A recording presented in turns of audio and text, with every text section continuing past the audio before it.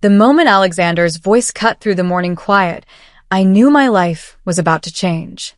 "Noelle, my daughter's joining the company, so I need you to resign. Today's your last day."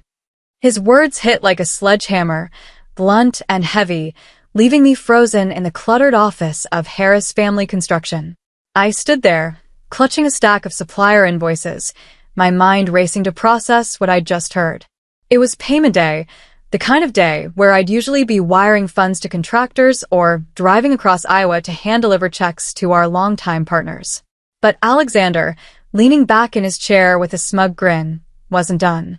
"You look like you can pack up quick. Take the day off, my treat."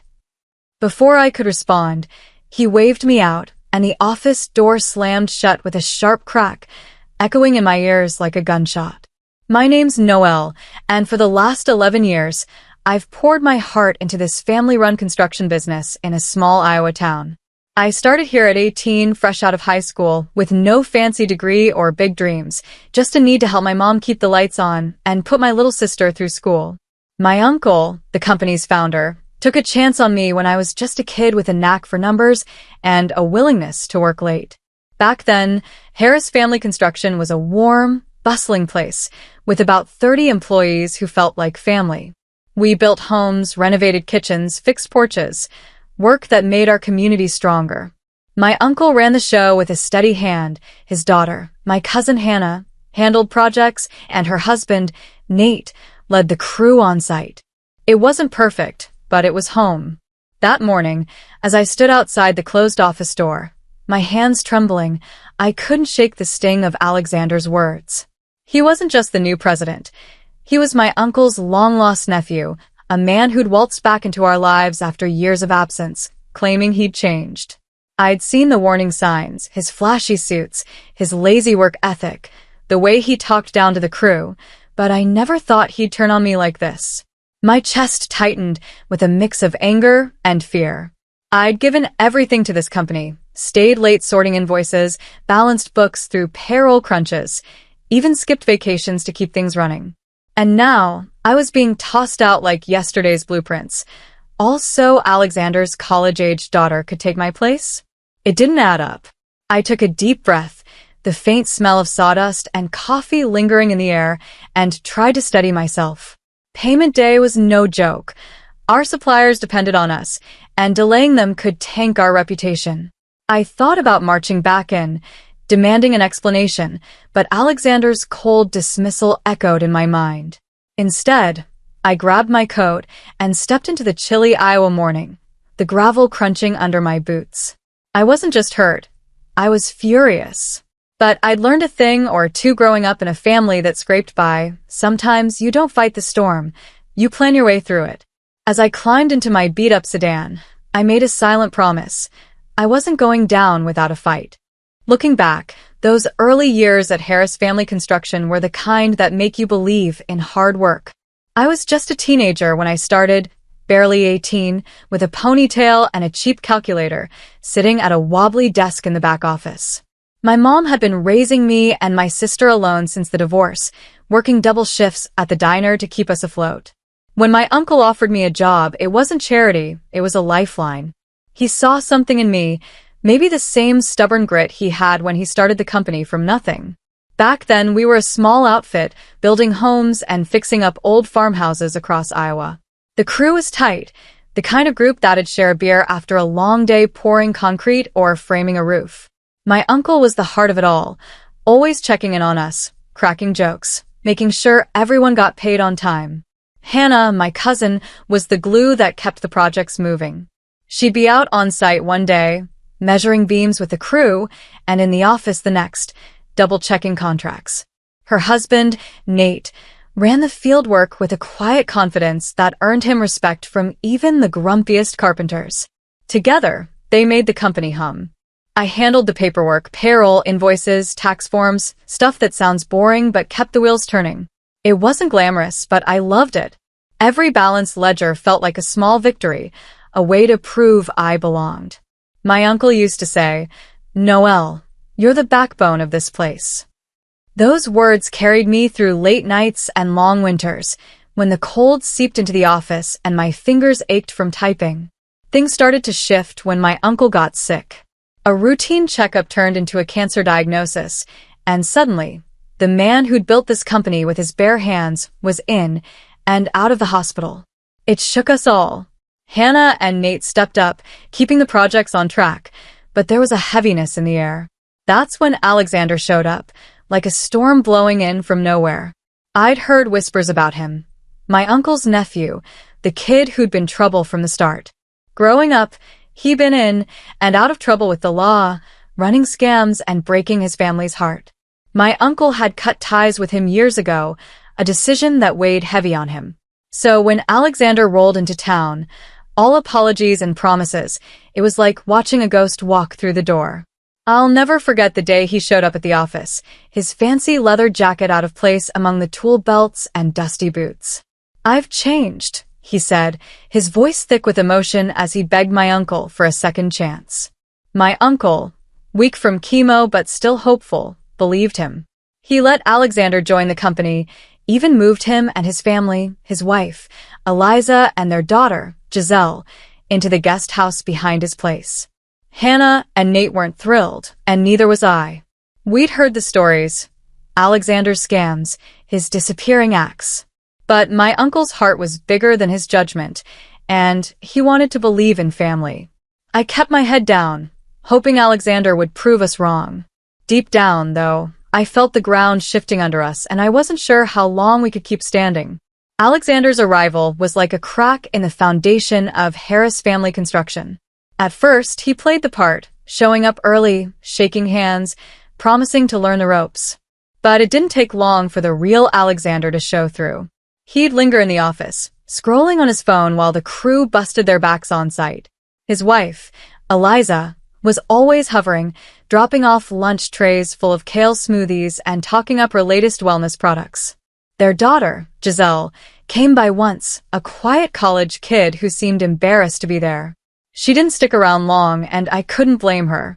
Alexander's big talk about family legacy felt hollow when he barely lifted a finger. Tension started simmering when Alexander began throwing his weight around. "I'm the eldest nephew," he'd say, like it was a royal title. "This company's mine by right." Hannah's face would tighten every time he said it, her knuckles white around her coffee mug. Nate, usually calm, started clenching his jaw when Alexander barked orders at the crew. The workers, guys who'd been with us for years, grumbled about Alexander's attitude. "Physical labor's for grunts," he'd sneer, calling them worker bees who should know their place. It was like he thought running a company meant sitting in a fancy chair and signing checks. Things got worse when my uncle's health took a turn. He was hospitalized, his cancer spreading faster than anyone expected. That's when Alexander made his move. One morning, he strutted into the office and announced, "I'm the president now." Just like that, as if Nate, who'd been running the sites flawlessly, was invisible. My uncle, too weak to argue, went along with it, and Eliza beamed like she'd won the lottery. The crew was livid. I overheard guys muttering about quitting, saying they couldn't work under someone who didn't know a hammer from a hole in the ground. Hannah and Nate kept things running, picking up Alexander's slack, but I was drowning in paperwork. What used to be a shared load, me, Hannah, and sometimes my uncle's wife pitching in, was now all on me. I'd stay late, the office dark except for my desk lamp, while Alexander was off at some bar or betting on horses. The breaking point came over a company credit card bill. I was going through expenses when I saw it, a $7,000 charge for wellness products from Eliza's side hustle, some kind of overpriced detox teas and supplements. My stomach dropped. I took the receipt to Alexander, my hands shaking but my voice steady. "This isn't a business expense," I said. "We can't approve it." His face turned red, eyes narrowing. "Eliza's the president's wife," he snapped. "She needs to look the part. It's valid." When I pushed back, explaining that personal purchases didn't belong on company books, he leaned in, his voice low and mean. "Why don't you stick to filing, Noel? Let's pivot to selling wellness products. We'll call it inventory, easy money." I stared at him, dumbfounded. We were a construction company, not a pyramid scheme. But Alexander just laughed, like he'd cracked the code to millions. That moment, I knew staying quiet wasn't an option anymore. I felt trapped, torn between my loyalty to my uncle and the sinking feeling that Alexander was dragging us all down with him. Alexander's presidency was a slow-motion disaster. He'd breeze into the office mid-morning, smelling of cologne and bad decisions, while I scrambled to keep the company afloat. Suppliers were calling, frustrated about late payments, and I was fielding their complaints alone. Alexander didn't care about the nuts and bolts of the business, purchase orders, payroll, permits. To him, being president meant flashy business cards and long lunches at the country club. Meanwhile, Hannah and Nate were out there, smoothing over client concerns and keeping the crew from walking out. I'd catch Hannah's eye sometimes, and we'd share a look, half exhaustion, half defiance. We were holding on for my uncle, but it was getting harder every day. The real trouble started piling up when Alexander's spending got out of hand. He'd use the company card for dinners, golf outings, even a new watch he claimed was for client meetings. I let some of it slide, figuring it wasn't worth the fight, but the wellness product fiasco was a line I couldn't cross. After our argument over the $7,000 charge, Alexander's attitude toward me turned venomous. He'd hover over my desk, nitpicking every invoice I processed, calling me slow or sloppy in front of the crew. Once, he tossed a stack of papers at me, saying, "Maybe my daughter could do this better." It stung, not just because of the insult, but because I'd given my all to this company. Late nights, missed family dinners, no weekends, it was my life. And now, Alexander was treating me like I was disposable. I thought about quitting more times than I can count. I'd sit in my car after work, staring at the stars through the windshield, wondering if I could just walk away. But every time, I thought of my uncle, the man who'd believed in me when I was just a kid with no prospects. I thought of my mom, still working shifts at the diner, and my sister, who was counting on me to help with college. And I thought of the crew, guys like Mike and Javier, who'd been with us forever, who'd struggle if the company went under. So I stayed, swallowing my pride, telling myself I'd find a way out when the time was right. Then came the day Alexander fired me. It was a Thursday, the kind of crisp Iowa morning where the air smells like frost and possibility. I was prepping checks for our suppliers when Alexander called me into his office. His words, demanding my resignation, telling me to leave immediately, hit like a punch I didn't see coming. I tried to reason with him, explaining that the payments couldn't wait, that Giselle wouldn't know the system overnight. But he just smirked, saying, "Tell the suppliers to wait." Or better yet, threaten to switch vendors unless they give us a freebie. I couldn't believe it. This wasn't just lazy, it was reckless, the kind of move that could ruin our reputation. I pushed back, my voice shaking with anger. "That's not how we do business," I said. His face twisted, and he leaned forward, spitting out, "You're useless, Noelle. Giselle's got a degree. She'll handle it better than you ever could. Get out." I grabbed my things, my heart pounding, and walked out, feeling the weight of 11 years lift and crash all at once. As I drove away from the office, the Iowa fields blurring past my window, I felt a strange mix of relief and rage. I'd given everything to Harris Family Construction, and Alexander had thrown me out like I was nothing. But I wasn't done.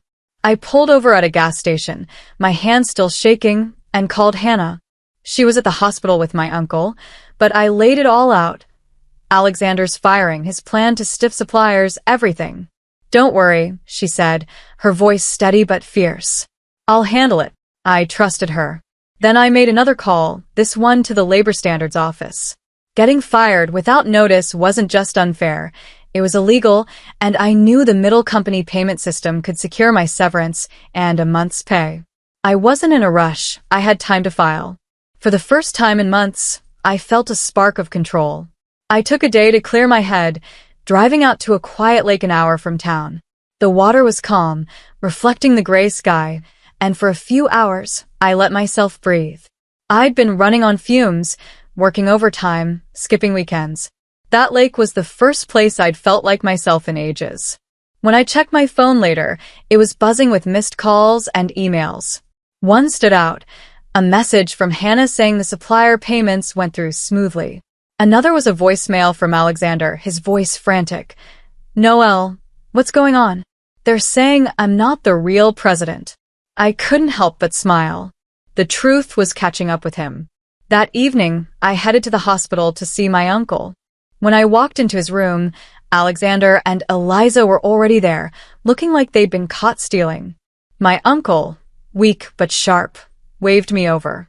Noel, I'm so sorry for my nephew's foolishness, he said, his voice heavy with regret. Alexander cut in, red-faced, shouting, What's this about me not being president? Explain. My uncle raised a hand, silencing him.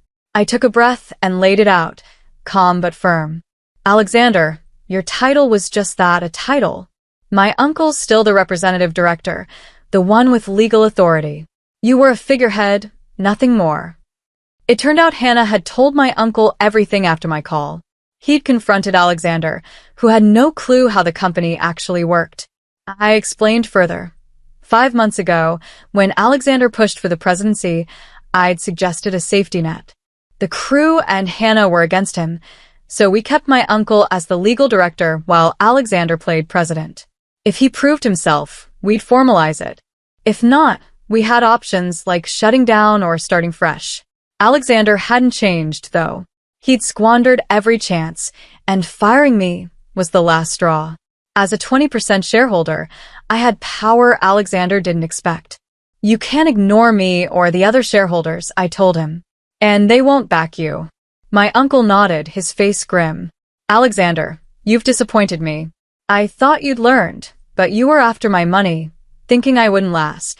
Eliza stayed quiet, her usual confidence gone. Alexander stammered, I'm the eldest nephew. It's my right. I shook my head. Not anymore. I'm calling a shareholders' meeting to vote you out. And I'm resigning, but I expect my severance, overtime, and holiday pay.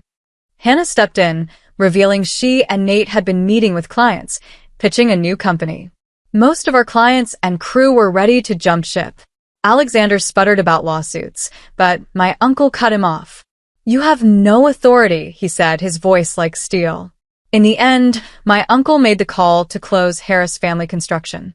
Alexander was left jobless, and Eliza's wellness scheme tanked, landing them in legal trouble for a pyramid scam. I heard they were arrested after trying to push their products with shady tactics. Giselle, their daughter, found work somewhere else, free from their mess. Now I'm with Hannah and Nate at their new company, building homes again, but better. The crew's happy, the clients trust us, and I feel alive, like I'm part of something real. I've learned to stand up for myself, to fight for what's right, even when it hurts. Alexander's out there somewhere, reaping what he sowed, but I'm not looking back. I'm building forward, one brick at a time. To everyone who's followed this story, thank you. You've walked with me through betrayal, battles, and a hard-won victory. If my journey hit home, hit that subscribe button and join us. Every project we take on tells a story of grit, heart, and new beginnings. Keep building your own path, and I'll see you at the worksite.